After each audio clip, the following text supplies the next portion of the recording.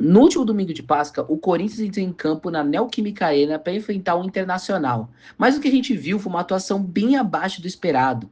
Perdemos por 1-0, muitas vaias do estádio e nas redes sociais, críticas tremendas. Com isso, o Dorival Júnior foi demitido. E se não bastasse, a torcida organizada, Gaviões da Fiel, foi pressionar os jogadores dentro do CT, mostrando que esse clima está bem pesado nos bastidores. Então foi aí que a diretoria, com Osmar Stabile presidente e Marcelo Paz, decidiu agir rápido e trouxe uma nova esperança. Fernando Diniz. E é sobre ele que a gente vai falar hoje. A história, o estilo de jogo, as ideias táticas e o que ele pode trazer para o Corinthians. Então vem comigo. Agora vai começar a loucura.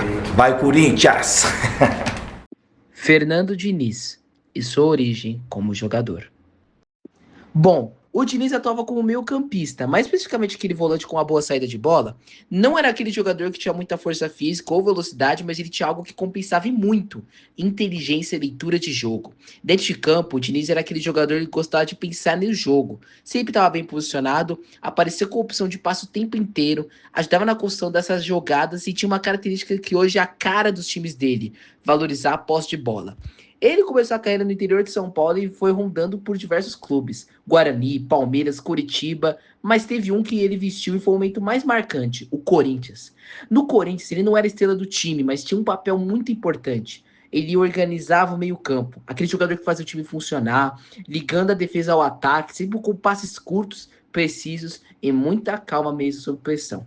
E jogar no Corinthians não é simples. A torcida cobra, o ambiente é intenso e cada jogo pro Corinthians é uma final. E o Diniz viveu isso de perto. A experiência ajudou a moldar não só o jogador que ele foi, mas principalmente o treinador que ele viria a se tornar. Que você consegue no meio do jogo assim, um interruptor que você consegue ligar, Caio, tá 8-1 em finalizações pro Bragantino. O São Paulo tá muito relaxado, o São Paulo tá muito...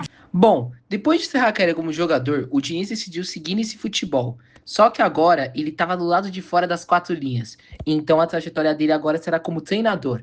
E ele começou lá embaixo, no interior de São Paulo, comandando times como o Votorati. E ali ele já mostrava que não é um técnico comum. Mesmo sem grandes jogadores, ele tinha um estilo baseado em posse de bola, a construção curta e muita movimentação. E o que aconteceu? Deu certo. Logo nesse início da carreira dele, ele conquistou títulos das divisões inferiores. E aí chamou a atenção desse jeito ousado de jogar, né, futebol. E com isso ele passou pelo Audax, onde ele ganhou destaque nacional. Em 2016, ele levou o Audax para a final do Campeonato Paulista, eliminando o Corinthians e enfrentando os gigantes, jogando de igual para igual, com um futebol diferente, corajoso, que chamou a atenção do Brasil inteiro. E a partir daí, a carreira do Diniz cresceu. Ele passou por clubes como São Paulo, Santos, Vasco da Gama e outros. Em alguns momentos, teve até bons desempenhos, em outros sofreu críticas, porque o Diniz é assim: ou encanta ou incomoda, ou é 8 ou é 80. Mas tudo muda quando ele chega no Fluminense. No Fluminense, principalmente na passagem ali de 2022, ele atinge outro nível, porque ele consegue colocar em prática tudo aquilo que ele defendeu. E um elenco que comprou a ideia. Resultados vieram. O Fluminense ganhou em 2023 o Carioca e depois fez história ao vencer a Libertadores pela primeira vez. O maior título da carreira do Diniz. Além disso, o time foi para a final do Mundial de Clubes, só que tomou 4-0 para o City e conquistou a Recopa Sul-Americana depois. E foi uma das fases mais marcantes do clube desde então. Dinizismo e análise tática. Bom, a gente entendeu um pouquinho da carreira do Diniz, só que chegou a parte mais importante: como os times dele jogam. E principalmente, como vai funcionar no Corinthians agora, já que ele é o treinador. O que é o dinizismo? Dinizismo não é só toque de bola bonito que a galera fica falando, não. Tem um objetivo muito claro: controlar o jogo a posse de bola. O Diniz pesa muito pela posse de bola. E isso vai começar desde o goleiro. Bom, o goleiro ele vai participar desse jogo como jogador de linha. Ele vai ficar trocando passe curto com o zagueiro. Só que a ideia do Diniz não é para o goleiro ficar tocando a bola. É atrair esse adversário para pressionar. E vai abrir espaço nas costas. Com isso vem uma outra coisa: aproximação do jogo curto. Você percebe ali do jogo do Diniz que os jogadores ficam sempre próximos. Você vê que tem 5, 6 jogadores perto da bola. Cria várias opções de passe. Então vai gerar pro time controle do jogo, menos chance de perder a bola e domínio do ritmo. A terceira coisa que o Diniz preza: quebra de linhas com passes. Não é só tocar por tocar. Cada passe tem um objetivo. Vai tirar esses jogadores adversários da jogada. Ou seja, meio que vai furar a marcação. A quarta coisa que o Diniz preza: superioridade numérica. O time sempre vai tentar ter mais jogadores que o adversário perto da bola. Então vai ter triangulações rápidas, a tabela e o domínio do espaço curto.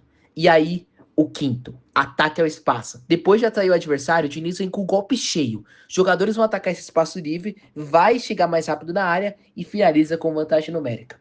E precisa também do nome decisivo. No Fluminense tinha o Cano. Quando o time construiu, o Cano estava pronto para finalizar. Esse detalhe foi crucial para transformar esse estilo do Diniz em título. Tá, mas Phelps, como vai ser agora? No Corinthians, bom, eu montei mais ou menos um time com Hugo Souza, Mateuzinho, Gustavo Henrique, Gabriel Paulista, Matheus Bidu, Ranieri, André, Bidon, Garro, Yuri Alberto e Memphis. Bom, o Diniz mais ou menos utilizaria um 4-2-3-1, então seria mesmo um caos organizado. Na prática, a gente teria o Hugo Souza jogando com os pés, uma coisa que o Hugo deveria melhorar, né? Os zagueiros vão estar bem abertos, ali o Gustavo Henrique junto com o Gabriel Paulista. Ranieri e o André vai estar recuando para ajudar. Então vai formar tipo um 3+1 na saída. O meio campo, que vai ser o coração do Diniz para precisar ganhar os jogos. André vai ser o cérebro do time. O Ranieri vai ser o equilíbrio. Bidon e Garro é criatividade e aproximação pura. Aqui vai ter esse jogo curto e as triangulações que a gente fala um pouquinho. Nas laterais, o Matheus Bidu e o Mateuzinho não vão ficar só abertos, eles muitas vezes vão entrar por dentro, vai criar essa superioridade no meio. E no ataque, você vai ter Memphis flutuando e participando do jogo, o Garro vai ser meio que organizador, e o Alberto, o finalizador, o Cano do Corinthians, fica mais fixo para finalizar. Agora, imagina só, Hugo Souza passando curto, a zagueiro puxando a marcação, André aproximando, Garro chegando perto, Memphis recua, de repente tem 5 jogadores de espaço curto. Então passe quebrando linha, o Memphis girando e o Alberto atacando espaço, é risco de dar gol. Só que tem um porém. É lindo o estilo de jogo do Diniz, mas é muito perigoso também. Se você erra na saída, o adversário está sempre perto do gol. Então por isso que o Diniz sempre divide opiniões, 50-50, 8-80. Mas uma coisa é fato, no Fluminense esse estilo deixou de ser só bonito. Muitos falavam, mas depois ele virou campeão da América. E agora fica a pergunta, será que o Corinthians vai comprar essa ideia? Porque se encaixar, pode ser um dos times mais diferentes do Brasil. A minha opinião. Minha opinião sobre a contratação do Diniz é 8-80. Pode dar muito certo ou pode dar muito errado. Por quê? Identidade e relação com o clube ele tem. Ele tem ligação antiga com o clube, ele vem da Zona Leste e já esteve perto do Corinthians várias vezes, agora está mais preparado. A ideia de jogo dele é uma coisa interessante, porque ele não é para esse esquema tático fixo, ele quer os melhores em campo, ele pode jogar com um esquema de pontas, mais centroavante, seu nome fixo, mas depende dos jogadores. O estilo do Diniz é vontade, coragem, intensidade, espírito coletivo. Ele trabalha muito, ele tem essa conexão com o jogador. Para mim, os destaques do elenco com ele vai ser Memphis Depay, o Rodrigo Garro, o Bidu e o Mateuzinho, os jovens que ele vai potencializar, eu tenho muita certeza disso. O ponto fraco do Diniz é a defesa, mas espero que ele melhore.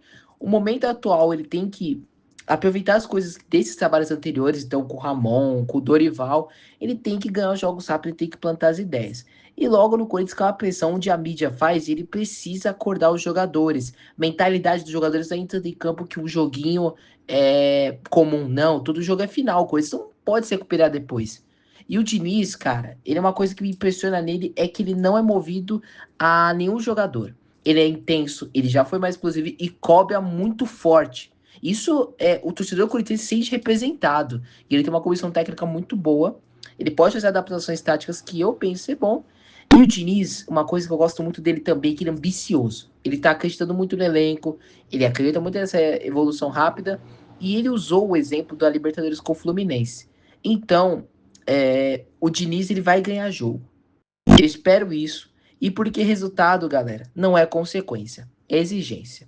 Bom, aqui tá aparecendo o crédito aqui das imagens ou vídeos que eu utilizei no vídeo, a cada um, não tem copyright. E é isso. Tamo junto sempre. Muito obrigado por ter visto o vídeo. Falou e é nóis.